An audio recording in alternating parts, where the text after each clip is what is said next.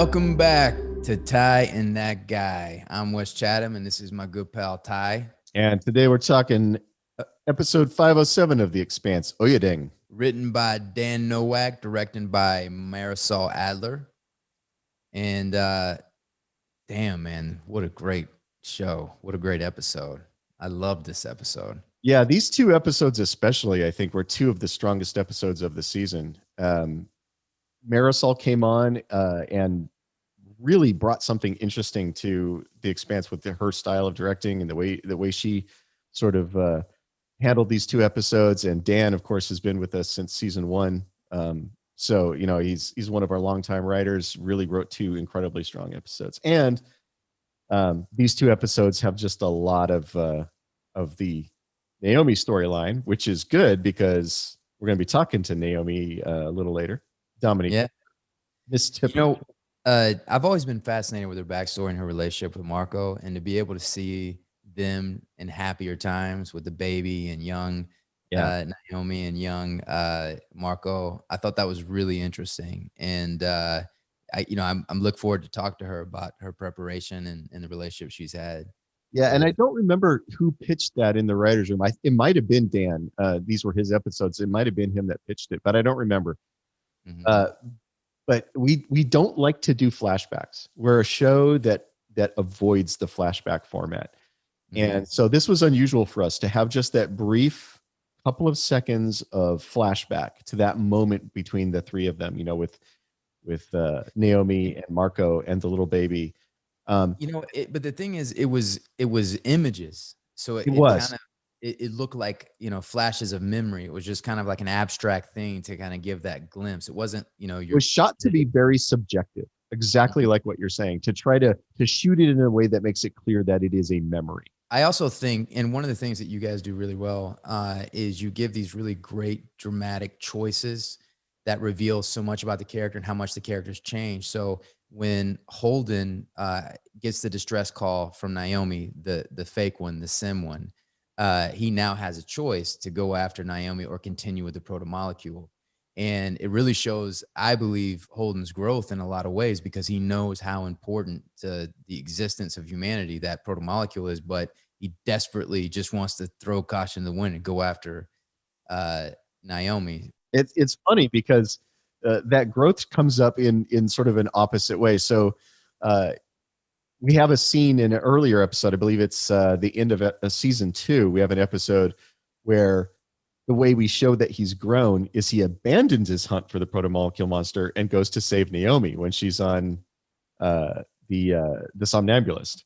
Mm-hmm. And missiles coming to blow them up. Now this season we're showing that he's grown by having him not go after Naomi and go after the proto-molecule. So this guy needs to change it, figure out what growing up really is, I can see, after episode 10, after the credits, and then it just kind of pops up, and then Naomi's like having her coffee, and she's like, so I heard you had a choice to come after me, and you went after them. I mean, it's cool, but yeah, I mean, I'm sure you were doing the right thing, abandoning me here with my abusive ex-boyfriend. So I want to take a science second with you, Ty.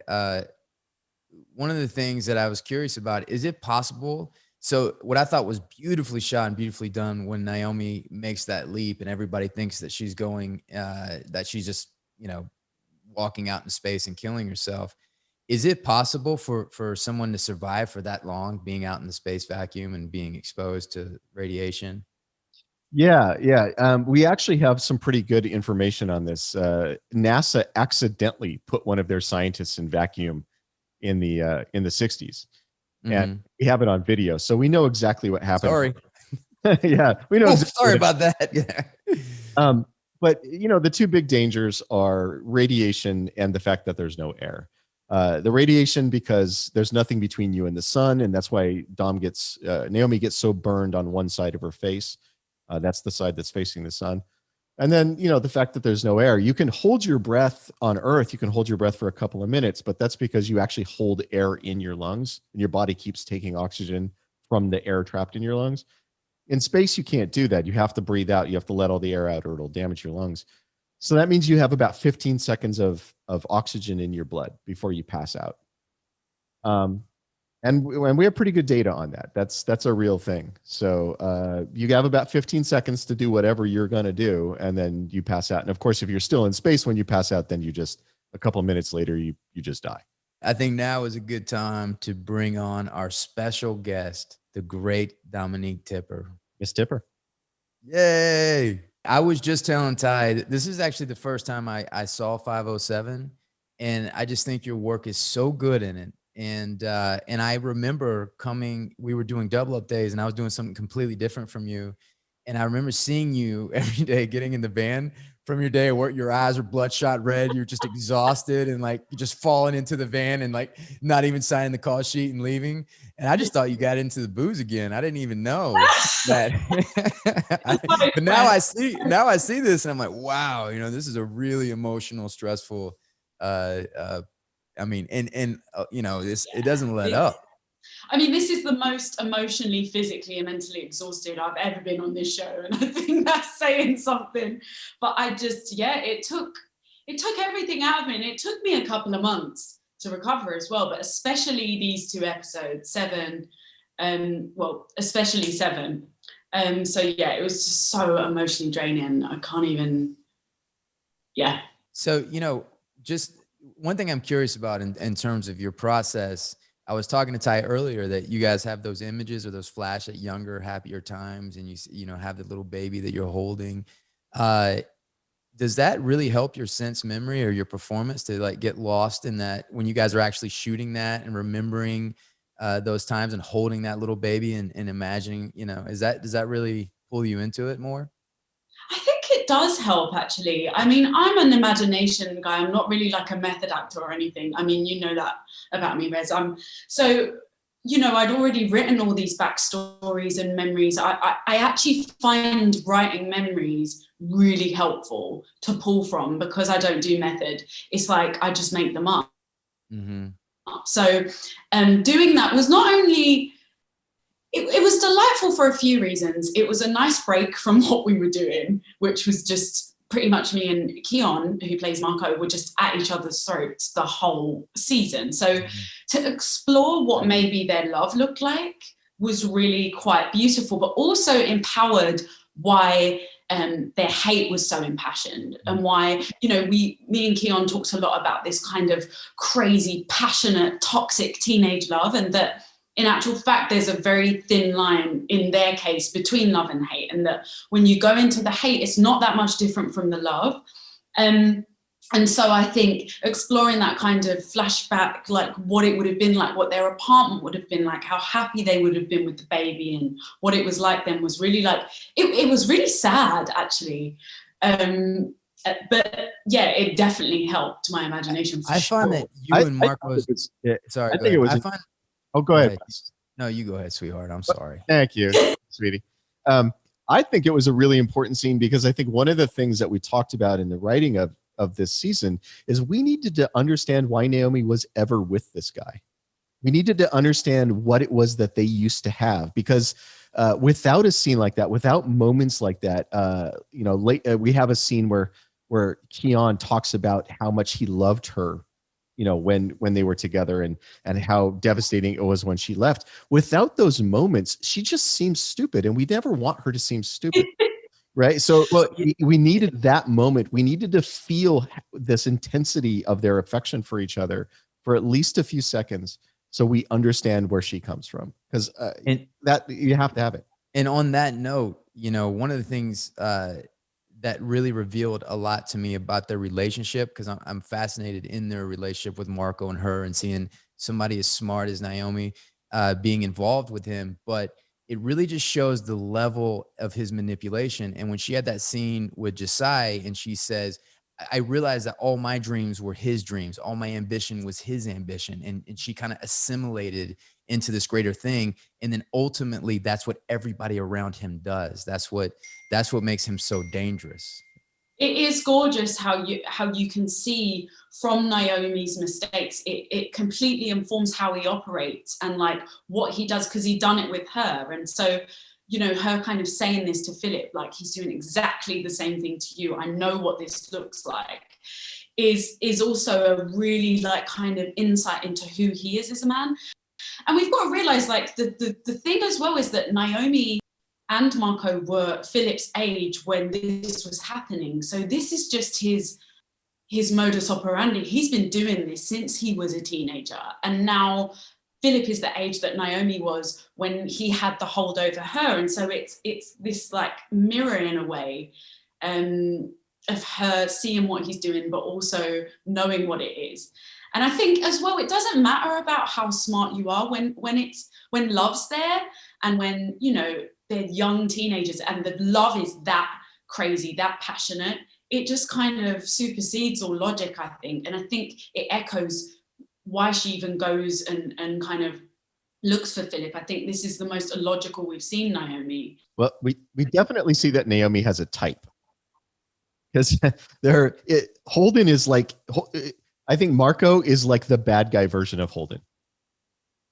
You know, he's the... Yeah, I'd say, I was saying this, like, he's a lot safer. You know, it's always like when someone splits up with someone and they get with someone and you don't know who their ex is and you meet their ex and you're like, oh, you went for the opposite. I think they're similar in some ways, but like you say, I think Holden is safe for Naomi. I don't want to say boring, but I think he provides like a safety and a calmness.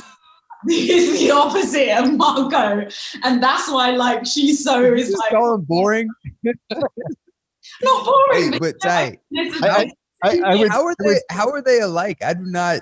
Tell me how they're alike. They're both charismatic and they're both incredibly passionate about their ideals. Okay. All the dumbest things Holden does are because he has this ideal he is pursuing about how the world should be. Mm-hmm. And he will, and both of them will pursue their version of what the world should be like, mm-hmm. without anybody else. They push on. It doesn't matter how much people resist. They're both incredibly driven in that way. Yeah. I think Naomi likes guys who are driven. Yeah. Yeah. But, you know, Marco has this narcissistic, you know, manipulation. Everything. He is the center of everything that exists. Even the scene with Josiah, when Josiah wanted to take command of the ship, and the way that he broke him down and humiliated him, and you know, and so, and Holden has this humility, unlike any character else on the Expanse. So I feel like they're polar opposites. That's why I said, you know, Marco's the bad guy version of Holden. Mm-hmm. Yeah, I mean, if Holden was a little more inwardly focused and arrogant, he'd be. But I think we get glimpses of that when he's chasing after the proto-molecule monster. And that's why Naomi goes into that space of, look, if you're going to go that way, I'm out. Like, that's when she's like, I can't do the causes. I can't do, because I think that's when he starts to look like Marco to her. That's when he starts to be reminiscent of that. And I think that's what's great about this show is like the line is always so thin. Like, it's so easy for someone who we consider good, Holden, to tip into Mark, consider the villain. I mean, that's kind of up for discussion, depending on what side you're on. But I think just showing how thin that line was and showing how Naomi changed towards Holden when he started to get more like that because of what she'd been through with Marco was so smart. And that was like season 2, wasn't it? Yeah. I was actually just talking about that so Naomi has been a sign of Holden's growth in season 2 and in this season, in 2 completely opposite ways. In season 2, he shows growth by stopping chasing the protomolecule and coming to save Naomi on the somnambulist.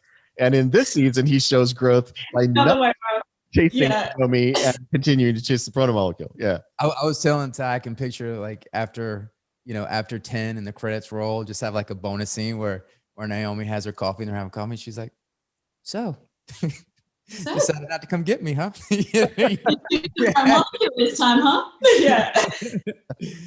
You know, just for a review for me, because I'm trying to remember specifically from Naomi's point of view, specifically what happened between you and Marco, and then when did you start to see through him? So what's interesting is I never read book 5. I read a little bit of it and then I was like, let me just wait. Because again, I was getting a little bit overwhelmed by like all the information. But I did write an idea of what I thought happened at the point, the kind of height of the betrayal of when Philip got taken from her.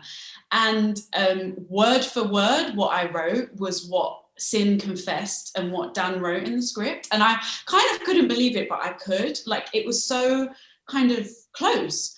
And so basically what happened is when Naomi refuses to blow up the Augustin Gamara or use that code again to do the same thing, he kind of threatens her and says, well, okay, if you're going to do that, I'm taking the baby.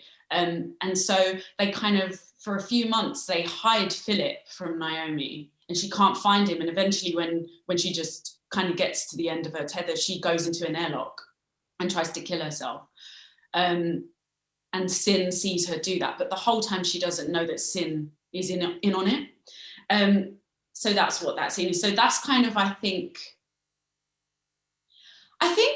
don't know, I think that whole thing, it's that whole sequence of events from the Augustin Gamara onwards is when Naomi begins to wake up and starts going like, this is too far beyond what I thought we were doing. And I think that's where their kind of ideas of how we should liberate our people, that's where it turns polar opposites. Or he's just a lot more radical than her, because I think Naomi's on the spectrum somewhere, but it's not, she would never go as far as what Marco has. Yeah, I think that's kind of the turning point for her. And just, I kept keeping in my head what it would be like to search for your child for months on end, knowing that someone knows where he is and you're looking for him. And no matter what you do, no matter how fucking crazy you get, no matter how many doors you bang on, how many people you beat up, because I come up with this theory of that's why, partially why Sin calls her Knuckles, because she fought a lot. She was fighting and like roughing people up and just trying to look for her son, and just what that must have felt like to get to the point where you want to kill yourself. And so I just think there was no coming back from that for Naomi. That was it with her and Marco. And even at the moments when maybe she felt like she was going to get pulled back by him, that was always the deciding point of like, you went so far with that. There's no coming back from that for me. For me, one of the most heartbreaking scenes is when Josiah backhands you and just completely rejects you after you had that moment where you held him, you know, like your son. And then you look at Sin, and then he spins his chair around and turns his back on you. And then you look around and you realize what I imagine you realized in the early days when your son was taken from you, that all these people around him are under his spell. You are alone. And he, you know, Marco has turned the sun away from you. And also I think the naivety of thinking that could change. Like, I think what Naomi represents in that whole thing is hope. And I think what she always had was hope. And that time when that happened before, those months of her looking for Philip, what actually got beat out of her and kind of stripped out of her was the hope. And so she kind of goes into this situation again with that same hope of like, it's not going to be as bad as that. I'm going to be able to save him. I'm going to be able to kind of break down this radicalization and break through the manipulation that Marco, and it's just like that moment is when she's like, I couldn't do it. I failed again to break through, and it has a higher cost this time because he's older, and then look what's happening in the solar system. And so to watch after all these moments of like thinking she's breaking through with Philip, with Sin, and then to in that very moment have him like win again is just, that was one of the most devastating moments on paper, and even performing it was just devastating for me, because it is the moment when she's like, well, that's it. It accomplishes it's a really clever bit of writing. You know, Dan's a very good writer and has been, you know, obviously writing on the show since season 1, really understands the characters at this point. That scene accomplishes 2 really important things. One, it frees Naomi. It gives her freedom back, because she's like, there's nothing for me here. I can't fix this. I've done everything I can. And in that moment, she can allow herself to give up on trying to fix this. But the second thing it does is, from the outside, it seems like justification for a suicide attempt. So when she goes in that airlock later, Sin thinks he understands what's happening because of that moment. Yes.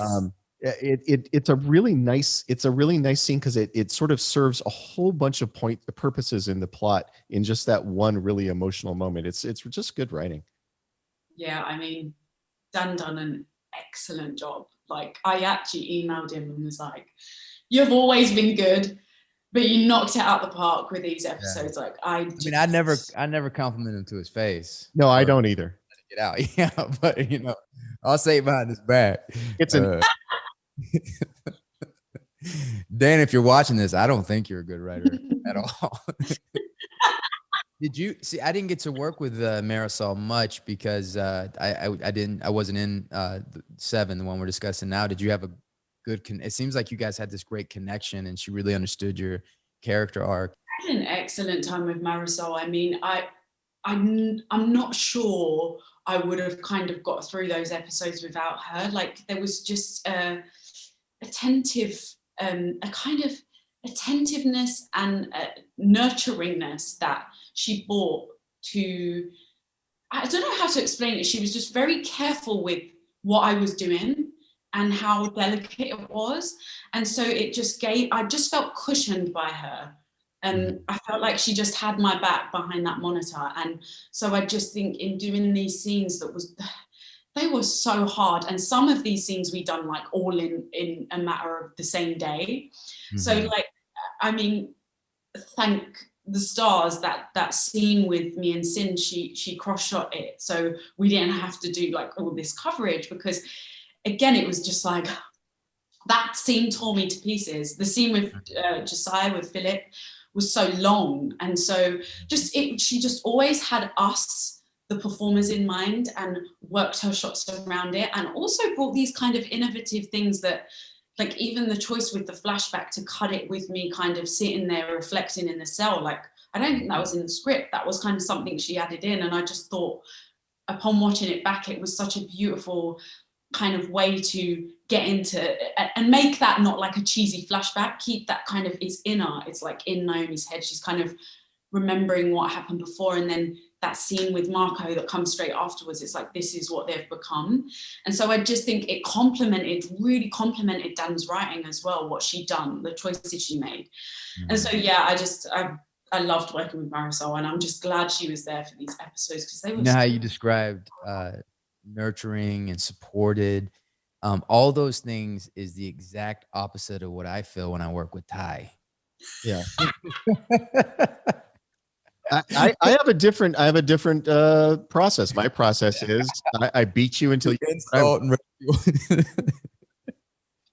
I will say, I mean, not to take anything away from just Marisol's talent and her skill and all that, but I think on top of all of that, 7 and 8 being such a touchy, emotional story about an abusive relationship and how people find themselves trapped in them and how people are able to escape from them. I think having a woman direct those episodes just added that extra 1% of understanding and empathy and apathy, or not apathy, excuse me, empathy and